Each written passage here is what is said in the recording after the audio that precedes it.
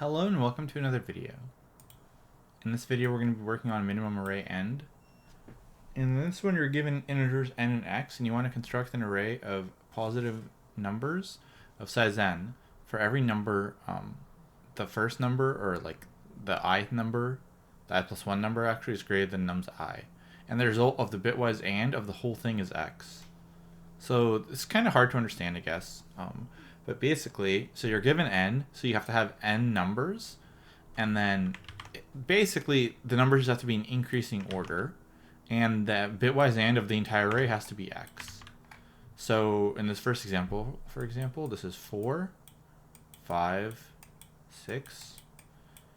And so the bitwise and, if you have a bunch of numbers, in order for a bitwise and of a bit to be 1, like if I have this, the whole column has to be 1. So this is not 1, this is not 1, and this is 1, because this whole column is 1. So the bitwise and is 4, and this is the smallest way you could do it, because basically you can't have any numbers less than 4, because in order for a bitwise and, like, and never makes numbers bigger, it only makes numbers smaller, right? Like, anding of numbers only makes numbers smaller, because only turns ones into zeros. Right? It never turns zeros into ones. Like, there is no like and of 0 and something is 1. It's not the case. So I'm either going to retain my value or go down in value. So the smallest number has to be x or bigger. And so in this case it is. Yeah. And then let's go look at the second example. So n is 2, x is 7. So 7 is this, this, and 15 is this. So I guess to make it easier, it's like this.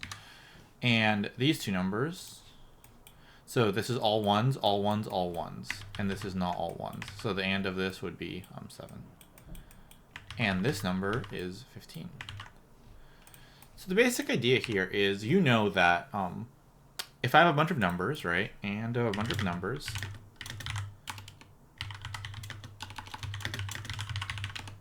for a column to be 1, every number has to have a 1 there.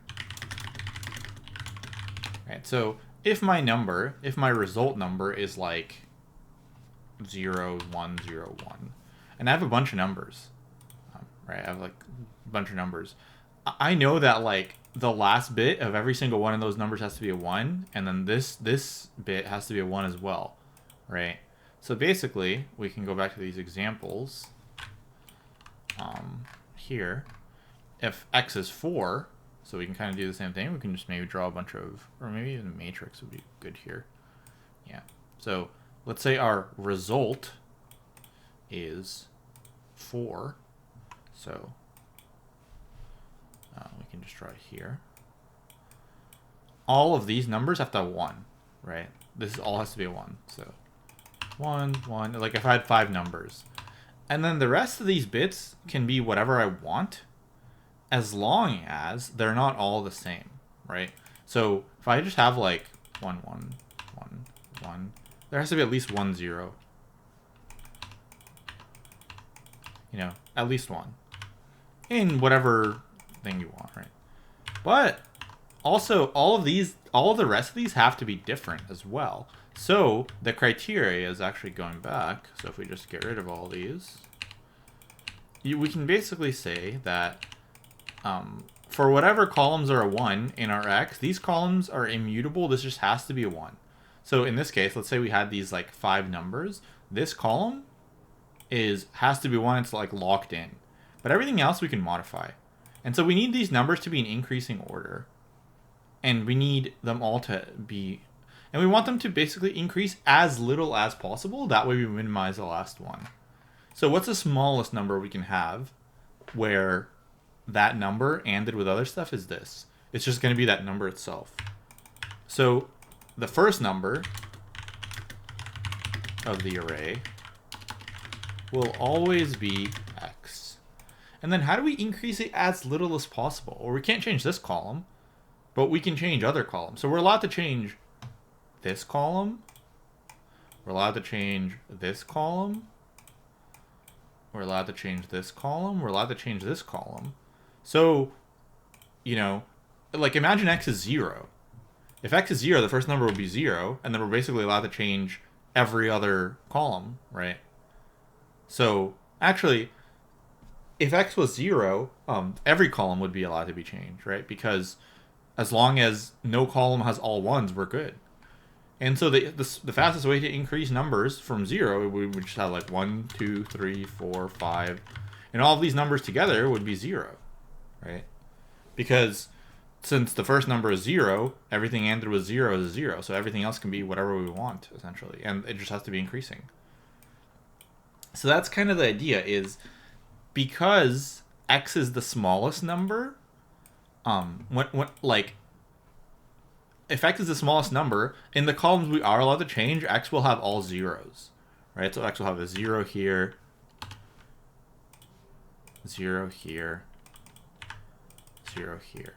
So these bits can be whatever we want as long as these numbers are actually increasing, and we just want to increase them as little as possible. But we can almost just say, like, this column can't be changed, so we'll just pretend it's not even here, right? We can pretend it's not even here, and we'll just modify the rest. So we can, instead of having 1, we can just be like, okay, well, this is not allowed to be changed. What if we just put a 1 here and leave all these as 0? That can be the next number. That's like the smallest number we can have, with all of this being 1 and putting a 1 somewhere. And then what's the second smallest number? Well, we can just put a 1 here instead. And then the next would be, well, we can just put we can basically make 3 now, right? So it's kind of like the idea is like we're going to make numbers 0, 1, 2, 3, 4, 5, 6, 7, 8, and so on, up until n minus 1. But we're going to make them using every bit from numbers we can't change. So like these bits make a 0, right? If we just pretend this doesn't exist, these bits make a 0. These bits make a 1. These bits make a 2, and so the next smallest would be a 3. So 3 would be like this. The next smallest would be a 4, which would be this, and so on. And so basically, but we don't really need to build the whole array. We just know that like the last number will always be n minus 1 using all the available bits that we can, using all available bits. And the only bits we're not allowed to use are bits that x is a 1 for, because that can't be a 0, because if I ever have any zeros, then my stuff won't add to the right thing. So that's kind of the idea. So if we actually take another x value, like let's say we have some bigger thing, we're not going to fill out this whole table, but we can fill out a couple. So let's say x, we'll just put in the first number here. This will be x. So let's say there's a 1 here, 1 here, 1 here, 1 here, something. This is going to be the value of x.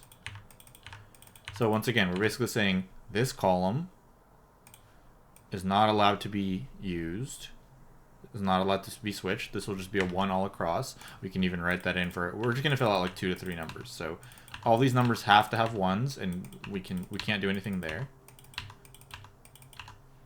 But everything else is modifiable. And so if this is 0, then we want to have 1, 2, 3, 4, and so on. So 1 would just have a 1 here, and then all zeros. So if you notice all the green numbers, if you just look at the green numbers, they make a 1. Now to make a 2, same thing. To make a 3, same thing. And now let's say this bottom number happened to be like, we'll just make something up. So we have some bits to work with. And remember, numbers are like 32-bit plus. So we can definitely like extend it out further, right? Like we can use bits outside of here. Like I'm just not showing them in the graph. But let's just happen to say that the number we're trying to build, like the biggest number is like, how many bits do we have? Like 6. Let's say we're trying to build like 15 or something. So if there were 16 numbers and we want 0 to 15, this has to be 15. So 15 is 1, 1, 1, 1, right? Yeah. So basically we're saying 1, 1, 1, 1. And then these original numbers that we couldn't modify still stay 1s.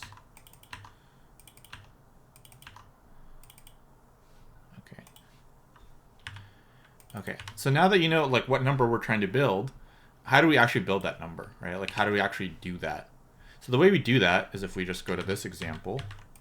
Let's say this is our original x value down here. So this is our original x. So we know for sure that like the last number will be n minus 1, you know, built using all the other bits. And then we know also that the rest of the bits will make up x. So we can just say like, let's just take the value of x, which is over here, and let's take n. So in this case, let's just go through this example really quick. So essentially we're trying to build that number that we had. We're trying to build that 15. So x is whatever this number is. And then n is 15. So what we can do is we can just say, let's just keep taking bits out of n, right? Because n is 15, so we can draw 15 over here. And let's put them in a place in x where it's available, right? Where it's not a 1 already. And so to check one bit of a number, it's pretty simple. So all we have to do is we can just say, like, let's take a 1 and let's shift it to the right slot where we want to compare to. So let's say we want to compare here. And let's just AND this 1 with this whole thing. And if we AND a 1 with this whole thing, all the other bits are 0. So all of these will just become 0. But if there's a 1 here, this will be not, this whole thing ANDed will be non-zero. And if there's a 0, then this thing will be 0 because all of these are 1s. So that's all we have to do. So we take a 1, we shift it some number of bits, and then check if we AND these together, is it non-zero? So we're basically going to try to put this, we're going to try to go through all of these bits of these number until n is 0. So here, n is 15, and we'll just show it in binary, and we'll just say like, okay, until n is 0, let's find a place to put the next bit of n. And this could be a 0 as well, right? Like this number could be, let's actually do that. Let's say n is actually this instead, not 15, but this number. So basically we're going to say, okay, so we're on this bit of n, and we're going to start going, we're going to start trying to put this number. So we're going to say, let's just take 1 and not shift it at all, and just AND it with this number. And so that in that case, we're going to AND here, and we're going to get 0, and we're going to say this location is fine to put this bit. And then how do I actually put this bit in? So this is 1 shifted left. Yeah, let's actually do it like this. This is 1 shifted left 0 times. So how do we actually put this 1 here? So we can just shift 1 0 times again. Instead of ANDing these, now we could OR. And basically, because this is only 1 bit, it's not going to affect any other bit. But if this is a 0, when you OR numbers, a 1 and a 0 is a 1. So this was a 0, and now we'll turn it into a 1. And now we're done with that bit, and then we can basically just divide by this or whatever to get rid of it. Then same thing, we look for the next place to put a number. So maybe we'll try, or it's not maybe, but 0 was already used, so we'll try to shift by 1. And 1 shifted by 1 will be over here. And we say, is this thing together and then 0? Yes, it is. So we can put a bit here. So what bit are we putting? We're going to put a 0 bit. And the way to get the last bit is also pretty simple of a number. You just AND it with a 1. So we're going to say, instead of 1 ANDed by 1, we'll take whatever bit we have here, AND it by 1, or not AND it by 1, shift it right by 1, and put it in here. And like I said, the way to put it in is basically just number or this shifted bit. So we're going to put a 0 here because it's already 0. So you could also, in the code, you could also just say, like, if it's a 0, then let's just go to the next number, and let's just get rid of this number, and that's fine too, because we're basically not doing anything. But either one's fine. Then same thing, we're going to look for the next location to put a number.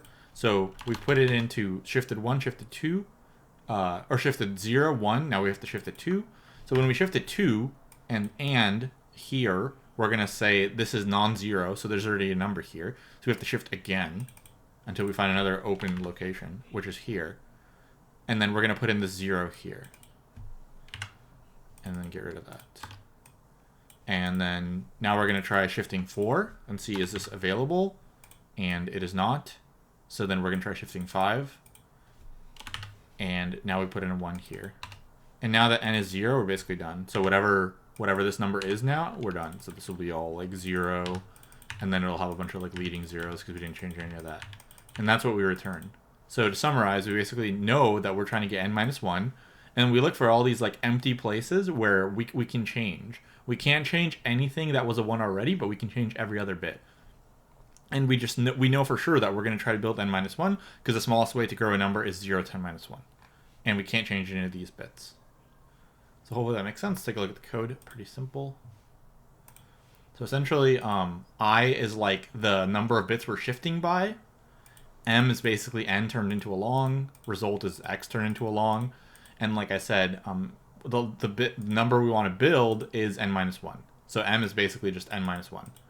And then we just say, like, while this is non-zero, we need to shift 1 I times, and then AND it with the result to see, is this bit available?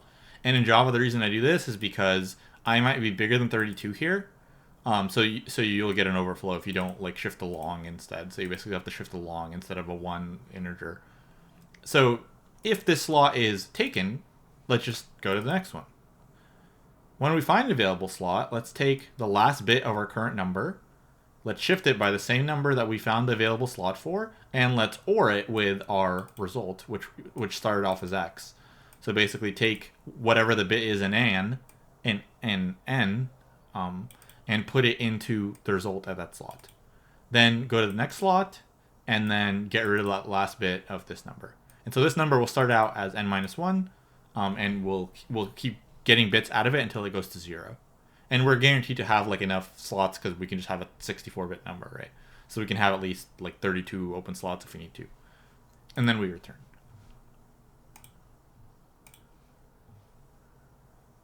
Yeah, and this is basically the best way to do it because like complexity-wise. So we can go over like what we did. Like we're not building this whole array. We know for sure the last number has to be n minus 1 formed with every bit, or every bit that we can use. So that's an O of 1. We just know that right away. So this is all O of 1. So basically what we're doing is we're going through our M number, and this the most we can be here is like 64-bit, right? So it's 64-bit. And then also for I, the most I can be is actually M is n, so M is actually can only be 32-bit. But then I can be 64-bit because you might have to go through like more locations. So basically these whole while loops together, like this while loop can be 32 at the most, and this while loop can be 64 at the most. So altogether it's like 100 operations or whatever. Obviously these other ones, but this is basically O one time. I mean, you can think of it as like log of a 64-bit number, which is still O of 1 time, right? Because like 64 bits is the most you can do. Or yeah, you could do like you might be able to write like log of x with n or whatever, but it basically rounds down to O of 1. And then space. So this is an integer, this is an integer, this is an integer. So we're not using anything extra here. So this is just O of 1 too. Yeah. So yeah, just some things to, these are like good things to learn about ands, XORs, ORs, whatever. Know that like ands can never make a number bigger, ORs can never make a number smaller, and how XORs work. You basically just count of like how many bits are in every column, and then if it's odd or even, that determines your thing. I think these are like fairly decent to learn. There are some kind of stupid bit manipulation problems that have you do all these like things that are honestly you probably wouldn't come up with on your own, but I think this is like definitely come upable. You can figure out like, well, if I want an and of a bunch of numbers to be x, like what's the criteria? I think it's definitely doable for sure because you can just like figure this out. But yeah, that's gonna be all for this one. Hopefully you liked it. If you did, please like the video and subscribe to the channel, and I'll see you in the next one. Thanks for watching.